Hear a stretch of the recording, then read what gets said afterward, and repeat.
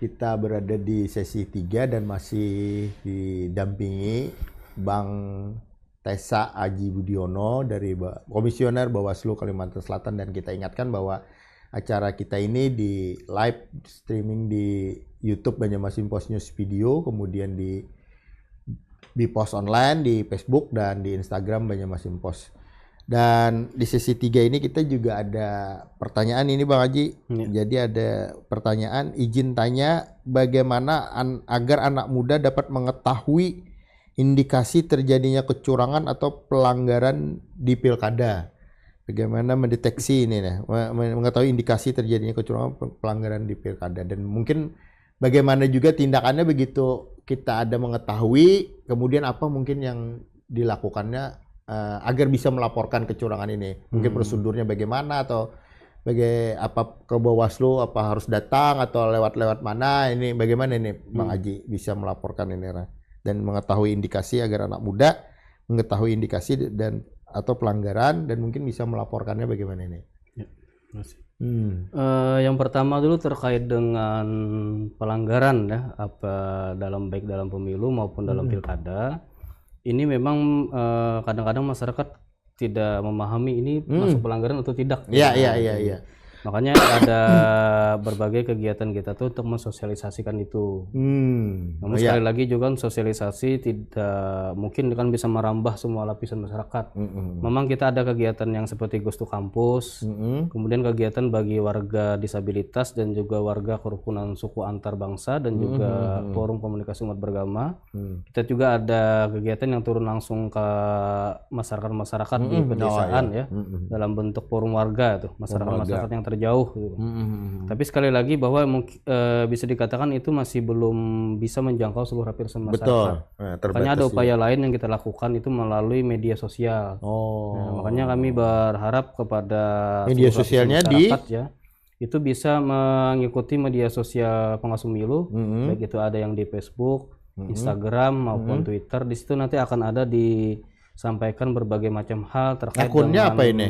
Sederhana aja Bang, tinggal ketik misalkan Bawaslu Kalsel, muncul saja nanti. Akan muncul lah. Kalau tuh misalkan di kabupaten, ketik aja misalkan Bawaslu Banjarbaru, Bawaslu Banjar, Bawaslu HST, Bawaslu Tabalong, nanti bisa melaporkan sendiri. Nah, di situ nanti akan ada berbagai macam informasi terkait dengan bagaimana penyelenggaraan pilkada, bagaimana pengawasannya, dan juga hal-hal apa yang bisa dikatakan sebagai bentuk-bentuk pelanggaran dalam pilkada. Kalau ingin menyampaikan atau menemukan dugaan pelanggaran, ya, sekali lagi dugaan pelanggaran, ya. artinya belum tentu itu waktu bentuk pelanggaran, itu bisa dikomunikasikan kepada pengawas pemilu kami yang terdekat. Iya betul. Pengawas pemilu kami ini sudah ada di tingkat kecamatan dan di tingkat kelurahan atau desa sudah ada. Tapi kalau misalkan itu dinilai belum bisa dilakukan secara maksimal, ya itu tadi melalui media sosial. Iya betul. Nah, itu bisa di DM lah, artinya kan ada chat ada pribadi atau informasi pribadi melalui media sosial. Insya Allah pengawas pemilu kami atau operatornya itu akan menindaklanjuti. Betul. Jadi ketika ada masuk informasi dugaan pelanggaran, selama informasi itu sesuatu yang benar, bukan berita yang tidak benar atau berita bohong ya. Kemudian selama itu bukan berita ujar-ujaran saja. Ya betul. Ya, bisa jadi kan memang ada kejadiannya tapi beritanya ujar si anu. Yang akhirnya tidak bisa menggambarkan waktu, tempat dan kejadian itu di mana. Ada jelas. Kemudian siapa yang terlibat dalam perbuatan tersebut dan hal apa sih sebenarnya yang ingin disampaikan itu ada uraiannya. Selama hal-hal tersebut bisa terpenuhi, maka pengawas pemilu kami pasti akan menindaklanjutinya ke lapangan. Mereka akan melakukan apa yang disebut penelusuran. Jadi mengecek ke lapangan sejauh mana informasi yang diterima itu bisa divalidasi lah kebenarannya di lapangan. Betul. Kalau memang itu sesuatu yang benar dan hasil penelusuran di lapangan terpenuhi secara material bahwa ada dugaan pelanggaran pemilu atau pilkada, pasti kami akan menindaklanjutinya melalui mekanisme penanganan pelanggaran. Betul. Berarti juga Bawaslu Kalsel ini juga banyak pekerjaannya, jadi makanya ada tahapan-tahapan juga di daerah kan juga ada, Bawaslu misalnya di Bawaslu Tapin, Bawaslu Kota Baru, kemudian di kecamatan juga ada kan. Jadi tidak semuanya juga harus melapor ke Bawaslu Kalsel kan kasarnya begitu. Kemudian juga ada pertanyaan lain tadi yang bagaimana mungkin mereka pernah gitu atau bagaimana mau ikut pemantau independen atau pemantau independen ini memang masih ada atau bagaimana atau di Bawaslu atau ada yang lain menyelenggarakan? Kalau untuk pemantau pemilu itu masih ada saat ini dan mekanisme itu masih bisa dilakukan atau diterima lah istilahnya. Tapi ada perbedaan yang mendasar bahwa pemantau pemilu ini harus mendaftarkan diri.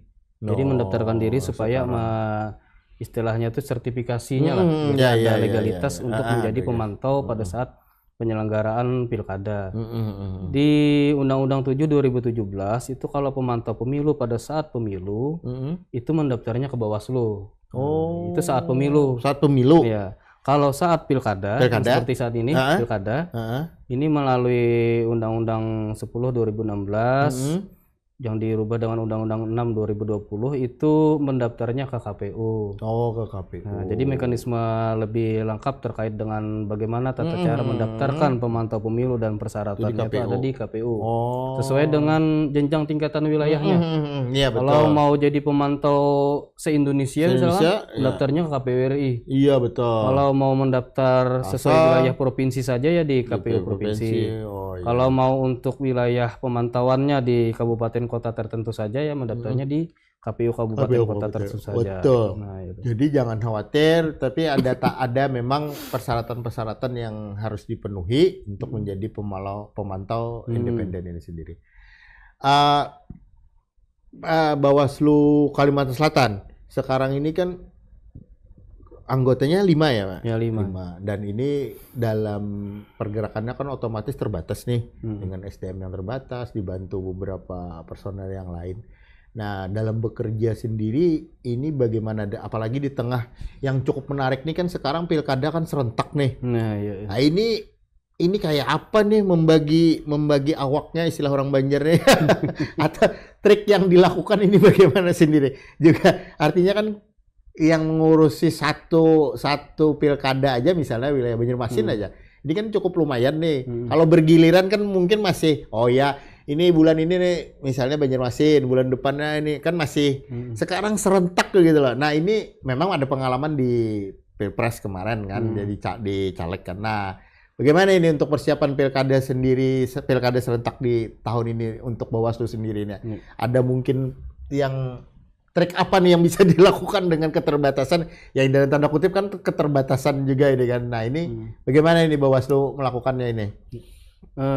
Jadi permasalahan bahwa pilkada dilaksanakan secara serentak ini bukan di Kalsel saja. Iya, se-Indonesia ini. Ini se-Indonesia ini.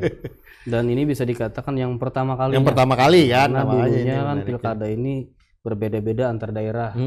Walaupun kemudian pilkada dilaksanakan secara serentak, ya memang ada konsekuensinya bagi pemerintahan. Ada yang terpangkas masa jabatan-jabatannya. Sama seperti gubernur Kalsel yang ada saat ini kan terpangkas masa jabatan. Kemudian tidak full 5 tahun. Iya, tidak full 5 tahun, ada yang 3 tahun. Dan bagi pengawas pemilu ini juga merupakan sebuah tantangan yang besar bagi kami. Tapi itu tidak menyurutkan semangat kami dan kami menyatakan bahwa kami siap mengawasi pemilu dan pilkada serentak ini. Meskipun di saat yang penuh dengan kondisi seperti apapun, kita akan melakukan pengawasan. Namun kembali lagi bahwa sejatinya pemilu dan pilkada ini adalah milik rakyat gitu. Dan karena ini pemilu dan pilkada ini kembali kepada keinginan rakyat sendiri dan kebermanfaatan hasil dari pilkada ini juga kembali kepada rakyat sendiri. Oleh karena itu kepedulian rakyat dan warga negara terhadap penyelenggaraan pemilu dan pilkada ini sangat penting. Makanya kami dari Bawaslu ini ada program untuk pemilu dan pilkada saat ini, yaitu program pengawasan partisipatif seperti yang kami sampaikan di awal. Ini sangat penting karena bagaimanapun juga sejatinya pengawasan yang terbaik itu adalah pengawasan kita semua. Iya, dari diri sendiri dan ketika kita semua sama-sama mau mengawasi penyelenggaraan pilkada, mencegah dari terjadinya pelanggaran. Dan selama-lamanya iman dimulai dari sendiri ya, untuk tidak ikut-ikutan melanggar pemilu seperti politik uang. Artinya selama-lamanya iman dimulai dari diri sendiri untuk menolak politik uang. Insya Allah pemilu dan pilkada kita ini akan berjalan lebih baik, kemudian juga berintegritas dan tentunya berkualitas. Ya mudah-mudahan jelang pilkada ini dan sehingga pelaksanaan hingga hari perhitungan dan sampai pelantikan mungkin ke depan ya, mudah-mudahan di pelaksanaan pilkada di Kalimantan Selatan bisa sesuai harapan.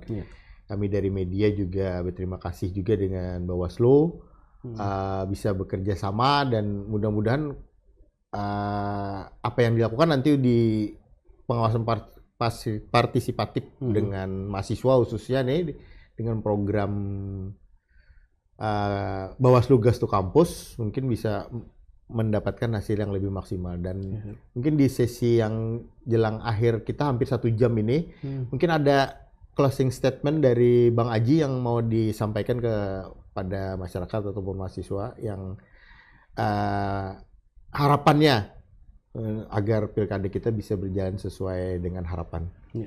Pertama, kami dari Badan Pengawas Pemilu yang utamanya mengucapkan terima kasih gitu kan, kepada rekan-rekan media. Ya, dalam hal ini juga bukan hanya Banjarmasin Post, tetapi juga rekan media yang lainnya yang atas kepeduliannya peduli terhadap penyelenggaraan pilkada ini, bahkan mengadakan acara dan sesi seperti ini yang ini justru menurut kami sangat-sangat membantu kami gitu, ya, tentunya. Terima kasih banyak. Kemudian kepada masyarakat dan publik khususnya pada kesempatan kali ini kami sekali lagi juga menyampaikan seperti yang sebelumnya, jangan ragu-ragu ketika ada menemukan dugaan pelanggaran pemilu atau pilkada di tengah-tengah kehidupan Anda atau di sekitar lingkungan Anda, itu untuk menyampaikannya kepada pengawas pemilu terdekat atau melaporkannya. Selama apa yang disampaikan itu sesuatu yang benar kemudian bisa dipertanggungjawabkan, insya Allah pengawas pemilu kami itu akan menindaklanjutinya sesuai dengan prosedur yang berlaku. Bahkan misalkan ada keraguan dari masyarakat, ini bagaimana ini kami yang melaporkannya apakah aman dan lain sebagainya. Kami pastikan bahwa dalam SOP kami ketika menerima laporan dugaan pelanggaran, itu identitas pelapor itu akan dirahasiakan. Bahkan bukan hanya dirahasiakan kepada publik, di lingkungan internal Bawaslu saja ketika ada yang melaporkan, itu identitas pelapor itu hanya orang-orang tertentu yang mengetahui. Artinya karena kami sangat ingin menjaga kerahasiaan tersebut, karena bagaimanapun kami pikir keinginan masyarakat dan keberanian masyarakat untuk melapor itu perlu kita apresiasi dan kita atensi, serta kita lindungi keamanan seseorang yang melaporkan. Gitu. Oke, pemirsa Tribun Sirius, Suara Rakyat, kita tidak terasa hampir 1 jam sudah di acara kita kali ini dan terima kasih sekali kita dengan Bang Aji mewakili Bawaslu bisa hadir ke studio kita dan mudah-mudahan ini bukan yang pertama dan bisa berkelanjutan dan harapan kita apa yang kita lakukan pada hari ini bisa memberikan inspirasi bagi warga masyarakat Kalimantan Selatan dan bisa menjadikan pilkada khususnya di Kalimantan Selatan berjalan lancar sesuai harapan dan bisa berintegritas dan kami ucapkan kepada pemirsa terima kasih setelah menonton acara ini dan menyimaknya dan berperan aktif dan kita sudahi acara pagi ini dengan Assalamualaikum warahmatullahi wabarakatuh. Ya, Waalaikumsalam warahmatullahi wabarakatuh.